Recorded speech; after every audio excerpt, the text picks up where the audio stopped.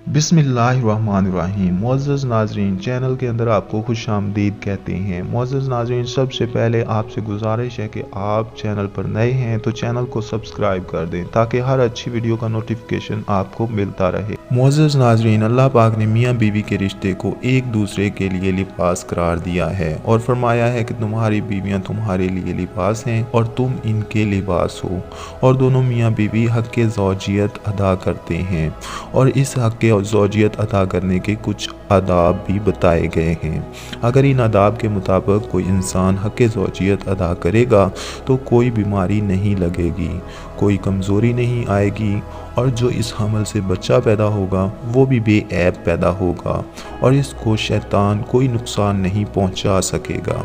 चंद अहम आदाब ये हैं कि जब मर्द और औरत जिस वक़्त सोहबत का इरादा करें तो वज़ू करें। सोहबत करने से पहले खुशबू लगाना नबी पाक सल्लल्लाहु अलैहि वसल्लम की सुन्नत मुबारका है और मुस्तहब अमल ये है कि बिस्मिल्लाहिर्रहमानिर्रहीम से शुरू करें, और अव्वल बिस्मिल्लाहिर्रहमानिर्रहीम भूल जाएं तो बाद अंजाल या याद आने पर कह सकते हैं। और हर किस्म की बदबू, चाहे वो मैले कुचैले होने की वजह से हो, चाहे सिगरेट या तंबाकू नोशी की वजह से हो, शहवत को ख़त्म कर देती है, रुग़बत को नफ़रत में बदल देती है। और जिस वक़्त मुबाशरत करने लगें इस वक़्त बिल्कुल नंगे होना नहीं चाहिए।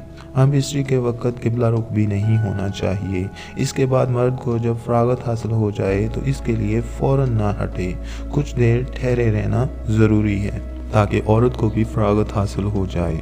जब दोनों फ़ारग हो जाएं तो इस वक़्त दुआ पढ़ लें। इस हम बिस्तरी से जो बच्चा पैदा होगा इसको शैतान कोई नुकसान नहीं पहुंचा सकेगा। एक और बात जो हज़रत अली रज़ी अल्लाह ताला अन्हु ने लिखी है कि जब सोहबत का इरादा हो तो इस वक़्त नियत कर लें कि मैं इस सोहबत से ज़ना से बचूंगा, ज़ना से बाज रहूँगा, और दिल को भटकने से फ़रागत हो जाएगी। इस नियत करने से जो औलाद पैदा होगी नेक बख्त होगी। इस नियत के साथ हम बिस्तरी करने से सवाब भी मिलता है। दोस्तों, उम्मीद है कि आपको ये वीडियो हमारी अच्छी लगी होगी।